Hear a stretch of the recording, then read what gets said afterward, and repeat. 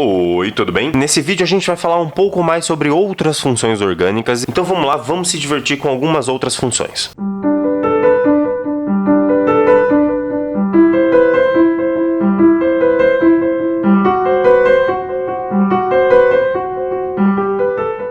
Bom, e a primeira função que a gente vai falar nesse vídeo é uma função orgânica chamada fenol. E eu quero começar falando com você que esse ol aqui já te lembra a função orgânica álcool, que a gente já viu no vídeo passado. E é exatamente essa ideia mesmo. A função fenol é uma função muito parecida com a função álcool. É tão parecida que eu vou definir aqui o que ela precisa conter e você já vai perceber o quanto que ela é parecida com o álcool. Essa função fenol também precisa da presença de uma hidroxila, então de hidroxila. Do mesmo jeito que lá no álcool. O que é hidroxila mesmo? É o OH, né? A grande diferença é que o álcool para por aqui. Eu preciso ter uma hidroxila e eu te falei lá no álcool que essa hidroxila não podia estar ligada a anel aromático, porque se tivesse ligada a anel aromático era uma função orgânica diferente. E chegou a hora de falar dessa função orgânica, que é a função fenol, que tem a presença de hidroxila ligada a anel aromático. Isso mesmo, então tem duas coisas muito importantes aqui nessa definição. Você tem que observar a presença de hidroxila, então tem que conseguir enxergar a hidroxila na sua molécula, no seu composto orgânico, e você também tem que enxergar essa hidroxila obrigatoriamente ligada no anel aromático. Este é o grande segredo. Então, de cara, eu posso te mostrar já o menor composto possível que tem essa cara, que é o próprio anel aromático ligado no OH. Lembra que eu posso representar o anel aromático com as duplas ou com essa bolinha aqui no meio. E nesse cara tá ligado um OH. E esse composto acaba sendo, dentre os fenóis, o mais importante, que nós chamamos de benzenol. Exatamente, você já deve imaginar o porquê que chama isso. Benzenol, porque eu tenho o anel aromático, que na verdade é um benzeno, ligado num OH que da determinação lá do álcool já vinha esse ol mesmo. E é uma função orgânica também muito parecida com a função álcool, por isso que tem inclusive essa determinação ol aqui no final. Esse composto a gente chama de benzenol, ou até mesmo de maneira mais usual nós o chamamos propriamente de fenol. Então é comum você ver nos vestibulares a determinação de que este cara chama-se fenol. E a nomenclatura de compostos da função orgânica fenol, ela deve levar obrigatoriamente no final essa designação benzenol. Tá, If? Não sei se eu entendi muito bem. Vou te dar 3 exemplos aqui, a gente vai falar do nome deles e aí a gente já finaliza a grande parte da nomenclatura de um fenol qualquer. Olha, o primeiro composto tem um benzeno ligado no OH e além disso uma ramificação do tipo metil neste carbono aqui. O segundo é muito parecido com o primeiro, mudando a posição da ramificação. E o terceiro também é a mesma história, mudando de novo a posição da ramificação. Então vamos lá discutir o nome desses compostos aqui. Olha só, este cara é o benzenol com um grupo metil no carbono que vai ser numerado da seguinte maneira. Do mesmo jeito que nas funções anteriores, você vai privilegiar a posição da função orgânica na numeração da cadeia. Então a sua numeração começa pela função orgânica carbono 1 e deve seguir o sentido que deixa a ramificação com o menor número, né? Então esse é o 2, 3, 4, 5, 6. De modo que nós podemos dizer que o nome deste composto é o 2-metilbenzenol, tudo junto. 2-metilbenzenol. E lembra, nessas estruturas aromáticas a gente tinha falado em algum dos vídeos anteriores sobre estruturas orto, meta e para. Quando a posição aqui é na posição 2, o 2-metil pode também ser chamado de ortobenzenol. Na verdade, ortometilbenzenol. E te digo mais, esse composto ainda tem um nome usual que é mais conhecido para ele. Esse cara é o ortocresol. Que tá, If? Exatamente, o nome desse cara é ortocresol. É muito conhecido na indústria. Daqui a pouco a gente fala um pouco mais sobre ele. Mas vamos dar o nome desses dois compostos exatamente nessa mesma estrutura aqui. Se a gente numera a cadeia como 1, 2, 6, agora o grupo metil está na posição 3. Então o nome deste cara é 3-metilbenzeno, benzenol. Mas olha só, todas as vezes que a gente tem a ramificação metil na posição 3, a gente também pode chamar de posição meta em relação à minha posição 1 aqui. Logo, este cara também é bastante conhecido como meta-metilbenzenol. E mais ainda, ele é conhecido como metacresol. Então, para não ficar muito de enrolação, se esse é o ortocresol, esse é o metacresol, este cara é o paracresol. Você também já percebeu percebeu que pela numeração eu posso numerar como 4-metilbenzenol, ou também, se esse era orto, se esse era meta, este é o para, que eu vou abreviar como P, a gente sabe que pode, metilbenzenol. Então é dessa maneira, basicamente, que a gente faz a nomenclatura de compostos com a função fenol. Ou seja, nós podemos dizer de maneira genérica que eu posso dar um nome para ele, que eu vou basicamente dividir em duas partes. A última parte vai ser sempre benzenol, como você viu nos exemplos. E essa parte aqui da frente, né, vai mostrar o que a gente tem de ramificação no composto da função orgânica fenol. Eu vou até fazer melhor e dividir essa parte em dois pedaços, né? Já que a gente tem que mostrar a ramificação, é sempre a posição da ramificação, considerando, né, que a função orgânica é sempre o OH, então é a posição da ramificação sempre em relação ao OH e depois o nome da ramificação. E aí, por último, o benzenol, ou seja, a posição da ramificação, nome da ramificação, benzenol. Posição, nome, benzenol, posição, nome, benzenol. Mas ó, isso aqui é uma nomenclatura muito genérica e muito específica para fenol, porque se aparecer fenol no seu vestibular, provavelmente vai ser uma variação muito simples disso daqui e você não vai precisar saber nomear, mas você vai precisar saber o que a gente vai falar exatamente na próxima lousa, que são as propriedades físicas desse fenol. E para falar então das propriedades físicas desses compostos da função fenol, eu vou começar escrevendo para você aqui de novo aquele composto benzenol, que é o composto mais básico possível da função fenol, que eu quero discutir um pouco com você sobre isso na hora que eu for falar das propriedades. Então vamos aqui comigo falar sobre a primeira propriedade importante da função fenol. Primeira coisa que eu quero deixar aqui é que não é fácil de perceber, então eu já vou te dar como uma informação muito importante que você saiba, é que esse composto, quando em água, é levemente ácido. Você pode não achar estranho nesse momento, mas lá na frente, quando você aprender um pouco mais sobre matéria base, você vai perceber que as bases, de um modo geral, têm uma estrutura com OH também, com a presença de hidroxila. Então é muito comum as pessoas acharem que o fenol tem características básicas pela presença do OH. Na verdade, não. O fenol ele tem características levemente ácidas porque ele às vezes libera este H como H+.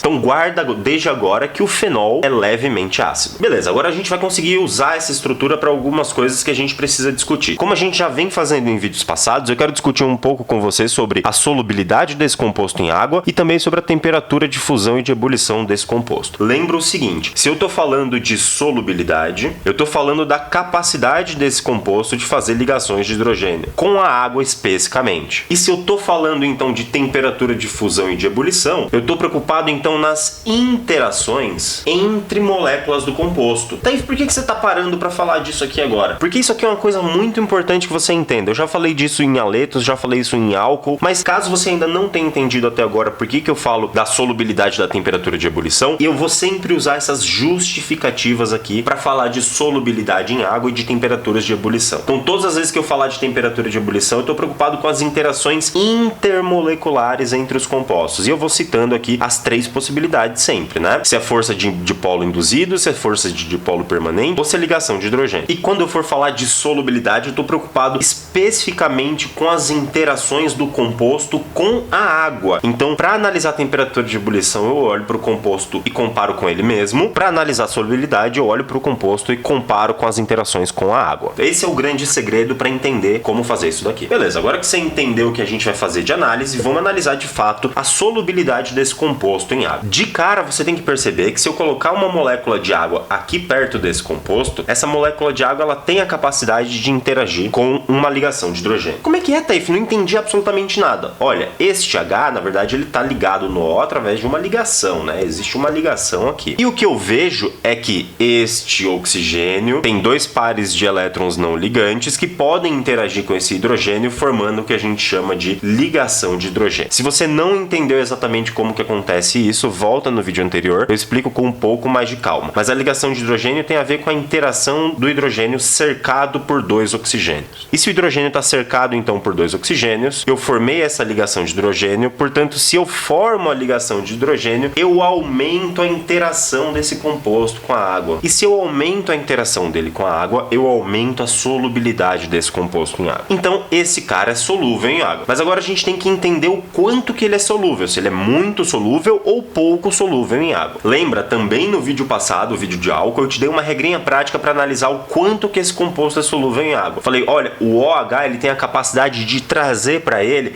até 3 carbonos. Então, até 3 carbonos a gente tem uma solubilidade bastante alta e depois de 3 carbonos, a gente gente começa a diminuir bastante a solubilidade. Se você olhar para essa hidroxila aqui, você vai perceber que ela consegue englobar até 3 carbonos, e eu falei que 3 carbonos é o máximo, né? Então eu olho para cá e eu percebo que ainda tem carbono que não foi cercado por essa hidroxila, de modo então que eu posso garantir que a solubilidade desse composto não vai ser alta em água, mesmo tendo a presença de hidroxila. Você pode até ir um pouco mais a fundo, você pode dizer, olha Taif, na verdade tem uma outra situação, esse composto é polar, porém ele é levemente polar, devido a essa estrutura aromática aqui que é bastante apolar e bastante grande na cadeia. Ou seja, eu posso dizer que esse composto é pouco solúvel. Taif, eu preciso saber exatamente quanto que é a solubilidade desse composto em água? Não, você não precisa saber exatamente quanto é, você precisa saber analisar se ele é muito ou pouco solúvel em água. E agora que eu analisei a solubilidade desse cara em água, eu preciso analisar a temperatura de fusão e de ebulição deste composto. E para analisar temperaturas de fusão e de ebulição deste composto, você precisa analisar interações dele com ele mesmo. Então é importante analisar como que é a interação, principalmente dessa estrutura hidroxila, porque se essa hidroxila ela consegue fazer ligação de hidrogênio com a água, ela deve conseguir fazer também ligação de hidrogênio com moléculas dela mesma. Olha isso que eu estou desenhando aqui, ó. Ué, o que eu desenhei foi exatamente o mesmo composto de cabeça para baixo. E eu desenhei isso para te lembrar que esse oxigênio tem 2 pares de elétrons não ligantes e que um deles vai interagir com o H, ficando então esse hidrogênio cercado por 2 oxigênios, formando então ligação de hidrogênio. E quando eu formo ligação de hidrogênio, eu já falei para você anteriormente que a ligação de hidrogênio é mais forte do que as forças de dipolo permanente. Ou seja, é importante a gente colocar aqui que forma ligação de hidrogênio entre suas moléculas e que isso é extremamente determinante para nossa conclusão, que exatamente por isso essa interação é mais forte do que a de dipolo permanente, garantindo então que ela tenha temperaturas de fusão e de ebulição com certeza mais altas que as temperaturas dos haletos e dos hidrocarbonetos que vieram antes. Tudo isso então confere para nossa função orgânica fenol compostos de altas temperaturas de fusão e de ebulição, uma molécula de grande porte porque já tem 6 carbonos e além disso faz interação com suas próprias moléculas. Então é altíssimo ponto de ebulição e de fusão quando comparado aí com as outras que vieram anteriormente, principalmente também devido à presença de anel aromático. Mas normalmente a gente costuma comparar mais com os hidrocarbonetos. Então se você souber bem isso daqui, você já está bastante bem com esse conteúdo. O benzeno sozinho teria uma temperatura de fusão relativamente alta. O benzeno em temperatura ambiente é líquido porque tem 6 carbonos e o anel aromático, então você deve imaginar que esse composto é um composto difícil de transformar em gás porque ele é bastante grande. E além dessa estrutura benzênica, ele tem também a hidroxila que faz ligações de hidrogênio. Ou seja, o hidrocarboneto não teria hidroxila, ou o fenol tem a hidroxila. Então, quando eu comparo o fenol com o hidrocarboneto de mesmo tamanho, eu posso dizer que as temperaturas de fusão e de ebulição são mais altas para o fenol. Para a gente finalizar a nível de curiosidade, vamos falar rapidinho da indústria. Na indústria, eu quero que você guarde a seguinte informação. A gente já falou dos 3 compostos, ocresol, M-cresol e P-cresol. Eu quero que você guarde que esses 3 caras juntos, eles compõem uma mistura que nós chamamos de